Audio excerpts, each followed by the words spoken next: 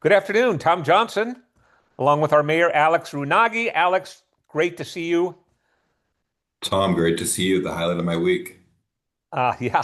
Well, hey, I got to tell you, so proud of last week. We had the superintendent of schools, Yes, Dr. Glass, in. I've gotten some great feedback. I know you have too, which reminds me that we need to remind our listeners to keep your eyes peeled because we have other special guests in kind of in the mix in the coming weeks, and we hope to bring you some more things like we did last week with Dr. Glass. absolutely. Yep. We have so many people interested in coming on the show. It's hard to figure out who we can fit in and who we can't. Yeah, good. Okay. Hey, lots of little stuff going on in town. I mean, not little, but I came up with some ideas, and there were just kind of all these little things that came up that I kind of want to touch on and see where we go with them. One of the big things that's going around right now is, and we did something in Stew News, is the Egan Homestead, which was voted by the Design Review Board to be raised this past week. Not to be raised this past week, but this past week they voted to raise it, and by a 4-1 vote. Um, and so, kind of a what happens next scenario. I contacted Village Laguna to kind of see where they were on it. Talked to their president, Merrill Anderson, over there, and he said, well, they took a vote earlier this week and unanimously decided that they're going to appeal it, which is no Okay. surprise. I mean, that to me is the kind of project that I would expect them to do that on. And but why don't are you familiar with the Egan Homestead? At an extremely high level. Okay, well, I think initially it was 40 acres, um, and uh, and it dates back to 1909. I think the Egan family got it in 1910. It's been sitting there. Um, Kind of what the design review board heard was that um, some of the stuff has been changed up there. They heard this from the property owners now, and from the other side, there was some stuff that it still pretty much exists the way it existed. What are your thoughts on that? Yeah, so I'm not going to give you my specific thoughts on this project because, as you know, Tom, and this is helpful for your listeners to understand. As a council, we have two different roles. So we wear a legislative hat, and with our legislative hat, we look at our budget, we look at fire safety, policing, water reliability, different policy initiatives, and budget priorities. But then we also wear a quasi judicial hat, meaning that we essentially act as judges. So when a decision is made by the Planning Commission or Design Review Board, residents or the applicant have the right to appeal that decision. And when they appeal it, then it comes to us, and we basically put on a judicial hat and look at all the facts in front of us. And so, of course, I don't want to prejudge those facts, but what I can speak about is because we've had other appeals in the past on issues of historic preservation. And as a city, we follow CEQA, the California Environmental Quality Act, and under CEQA, you can be a historic resource, and if you are eligible for the state or national register. And so there's also a discretionary component of CEQA where the council can make a finding of a local historic significance pursuant to CEQA. And so it sounds like it's going to be appealed. So the council will weigh all the facts, read. I understand there are conflicting historic reports. It's funny, Tom, because when I studied I double majored in government and history. And so people said at the time that a history major, that's, what are you ever going to use that for? But here we have a perfect example. So I'm from Laguna Beach. exactly. So while I can't comment on the specifics and I haven't done my research, and I'm going to do my research if this is appealed to us and review the facts and speak with her and get all the information to make a good decision. This is something that we deal a lot with, which is historic preservation and our obligations under CEQA to look at historic issues as historic resources pursuant to state law. So, me being different than you, I comment on a lot of this stuff. So, this has nothing to do with Alex, but kind of where I come from. I enjoyed my back and forth with Village Laguna this week on the project, and I kind of understand. I that's a big part of Village Laguna is saving the historical significance of Laguna Beach. So did not surprise me when uh, Merrill said that they were going to vote on this, and then that the vote came back unanimous. So to appeal it. So that did not surprise me at all. The other side of it is I also, in my heart of hearts, understand that there's a property owner that owns this property, has to maintain the property at all, um, and by preserving it, it lacks the opportunity for development. So it's one of those things that can be argued a lot of, a couple different ways and things like that. So, but that's why they pay you the big bucks at city council to get these kind of things, taken care of. $800 a month. So Yeah, exactly. yeah. So, sometime we're gonna have a meeting or one of these discussions. We're gonna find out how do you spend that $800 a month. No, we'll come back to that. Anyway, moving on. California coastal cleanup was this past weekend, and good for Laguna Beach. They're always big into joining in on coastal cleanups. Yep. My recollection is they collected about 152 pounds of trash. That's what I also heard. So that's great for I think when it comes to the environment, we have, policy obligations for how we can ensure we have the right resources, the trash cans in the right places, enforcement of littering to the extent that's possible, signage. But at the end of the day, all of us as individuals have a responsibility to protect the environment. So it's great to hear that there was such a significant amount of participation in that coastal cleanup. And I'll give a shout out to Councilmember Kemp, who it seems like every day is out picking trash somewhere. So she's certainly earning her $800 a month. It's shameful that we would have a coastal cleanup day and have to return with 152 It pounds of is. It trash. is shameful. But thank goodness for the people that do it. Yes. Thank goodness that we do get it cleaned up. It's also shameful to blame it. I know a lot of people will say, well, that's what we get with tourism in Laguna Beach. It's not always about tourists that come in. Everybody has to do their fair share of, making sure we get things to waste cans and picking up after ourselves and things like that. So, just because you're a resident doesn't mean you're off the hook on this. 152 pounds is 152 pounds too much to have to worry about, but thank goodness it's now been secured and put away. Yes. Well said. Okay, well, we're going to continue on with the improvements around the community. We have a citywide service day this Saturday. It kicks off at Suzy Q early in the morning. Have you been a part of those things in the past, Alex?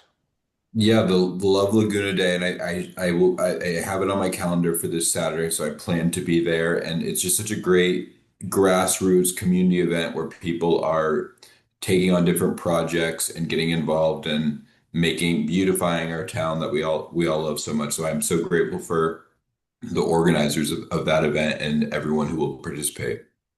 And I think it's one of those things that so they kick it off at 8 o'clock. They kind of get you down there. I don't know if they're handing out T-shirts or what, but they get the crews all assigned and everything to go out with some specific projects they have in mind for the day, and that's at 8 o'clock. And so, if I picture this right, people walk in there, they get their cup of coffee and everything. The idea is not for people to leave there and take that cup of coffee and go lean on a shovel like you're working for Caltrans for the day. Yeah. That's a joke if you You learned that the hard way from last year, Tom. Is that what happened? yeah, I got a blister where the shovel hit me underneath my arm Yeah. from leaning on it. But people need to come out, get your grubs on and go there and enjoy your cup of coffee, and then from 9 to noon, get out there and do your fair share. We don't expect you to, go into the deep bramble or and whatever and pull that out or whatever, but there are going to be projects. The idea is to leave the community better when things wrap up at noon, then things started in the morning. So if Absolutely. you want to be a part of it, Suzy Q, 8 o'clock Saturday morning. Let's move on. September was National Preparedness Month. We are now on October 1st. My question to you, Alex, are we prepared? Well, what I will say is that in Laguna Beach, every month is National Preparedness Month, and um, that's just really the approach that we take when it comes to fire safety. And what's interesting is if you watch our council meetings, you'll see that consistently across, all five of us bring up the need for fire safety. That was true before the Rancho fire, which we were able to successfully put out. That was true before the Palisades fire, that really woke a lot of other cities up to the threat from wildfires. And so really every month is fire preparedness month, and we just had our updated wildfire mitigation plan um, come up from the subcommittee of council members Whalen and Kempf, and it recommended some specific actions to implement the report that they brought forward. We talked about the idea of traffic lights so that fire and police are able to take control of the system to ensure that they can respond quickly. Drones as first responders, where we can have drones potentially getting involved to look at a situation to detect a fire earlier. Because, you and I have talked about this, but I really strongly believe that technology is key to fire preparedness, because the best way to put out a fire is to put it out early, and the way to do that is to detect it early. And then one of the exciting parts about this is funding for a part-time public educator position that'll work within the fire department and help residents understand what's going on in terms of evacuation routes, so that we can give feedback to different residents about, if an evacuation were to happen, how they would proceed in the way that aligns with the city's evacuation plan that we have, as well as, and this will also give more resources to our CERT program so that we can keep expanding that, get more residents certified as part of the CERT program. So it's really we have a lot of things going on in terms of preparedness in general, wildfire preparedness specifically. But what I will also mention is, as you know, the Coastal Commission in August rejected the appeal of the approval of our fire station, which will be the first fire station that we have in Laguna that's seismically sound. So also we have to think about preparedness for earthquakes as well, because we know that we are due for a big earthquake in Southern California. So we are looking at on all fronts, and I think our budget reflects that we are prioritizing preparedness. And we have to keep doing that and keep getting better and better as we move forward. And I think one of the great examples of preparedness in this community, you touched on it, CERT program. Yep. And the CERT program, my understanding, I don't have specific dates in front of me, but the next iteration of CERT classes is coming up.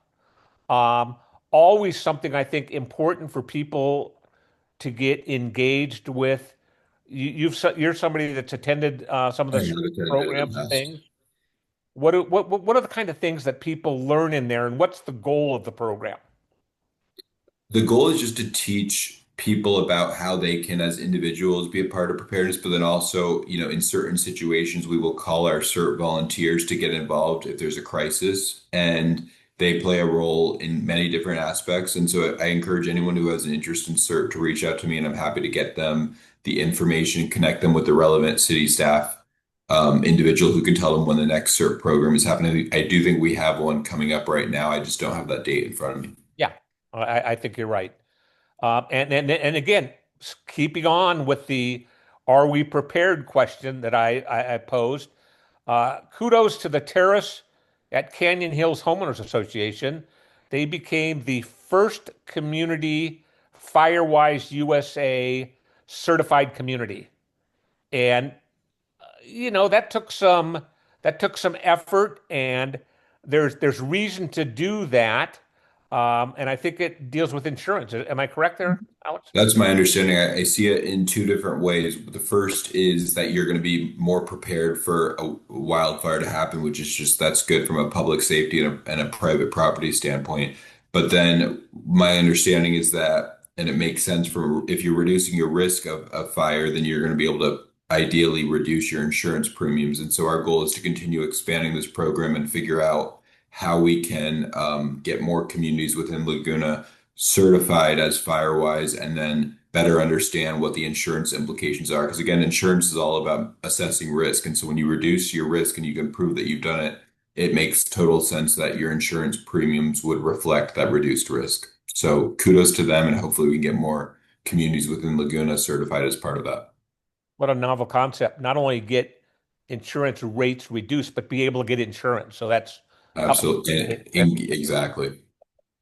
there's been some news around at the animal shelter. One of the real positives up at the animal shelter is they got the first ever shelter vehicle, uh, zero emission trucks. It's kind of a big step. I know it's something that the city is working towards, but everything good with the animal shelter? Yes, and it's very exciting. We had a photo op in front of this new vehicle, and what we understand from the report that the city commissioned on electric fleet electrification is that over time you're actually going to save more money in terms of reduce ongoing costs for gas, but also reduce repair costs. And so over time it's going to save money, which we're excited about. We always like to figure out how we can reduce our ongoing expenditures as a city, just from a government efficiency standpoint, in addition to our environmental stewardship responsibilities and goals. But then we've also heard, and there were a lot of public commenters at the city council meeting about concerns at the about the plan for what's going to happen when the current director of the animal shelter retires, which I believe is later this month or potentially in November. And so I have a meeting, I have a tour tomorrow with her, with the police chief, with the city manager, just to get my arms around the situation and understand it so that we can make the proper public policy determinations about the animal shelter. And just, I mean, ultimately it's a city manager decision about who we hire, and but when we look at our budget, just figuring out what the right department is, and all of that. So it's something that we have a commitment obviously to public safety of all the individuals in town, but we want to make sure that we have the highest level of care for the animals that we serve, and we partner with the city of Laguna Woods as well as part of our animal shelter. So we want to make sure that we have the highest the approach that makes the most sense going forward. Very good. One other thing I just wanted to point out, if you're downtown and you're walking by the Hobie Surf Shop, you might take a look. My understanding, and I have not seen it, but my understanding is they applied a new coat of paint down there, got rid of some of the old chipping paint and things like that. I've heard it looks pretty good, so kudos to them. And I think we all look forward to that day when kind of everything is kind of refreshed and up Yes. and going. Absolutely. That is definitely a goal of the city council, and Hobie is a great part of our community, a historical part of our community. And it's great that they're taking those steps. And and our goal is that more property owners follow their example in doing just that. And before we end, Tom, I want to make a public announcement. You and I have been hinting in the past about a show that's happening at the Irvine Bowl coming up, and this has been a priority to activate live music there. And so we have Jack Johnson coming November 8th and November 9th, which you announced on Stu News yesterday or on Tuesday. And so that's very exciting. The problem is there's so much interest and demand for that there was a lottery, and a lot of people have not been able to get tickets. So our residents from Laguna attend that concert, and my understanding is that the algorithms for the lottery prioritize that, but I'm hearing from a lot of residents who weren't able to get tickets. So we'll see how that all plays out. But I think it's just so exciting that we have Jack Johnson coming and that we're going to be able to show the community the power of live music at the Irvine Bowl, which, as we all know, is such an underutilized city asset, and appreciate the partnership with the FOA to make that happen. If it's comforting anybody, Jack Johnson happens to be my son, and I can't get tickets either. So I know the frustration. Anyway, very, very, very exciting news to have that, come to town. It's too bad. The nice thing about it is the bowl is designed to be a quaint bowl. And so it's not designed to get everybody into Laguna Beach into the bowl. So some people are not going to get tickets. Let's make it a great concert and hope that it proves to be very successful. Absolutely. Alex, thank you for all you do. Thanks for your time this week, and I look forward to seeing you next week, maybe with a special guest. Sounds good, Tom. Looking forward to it as always. Take care.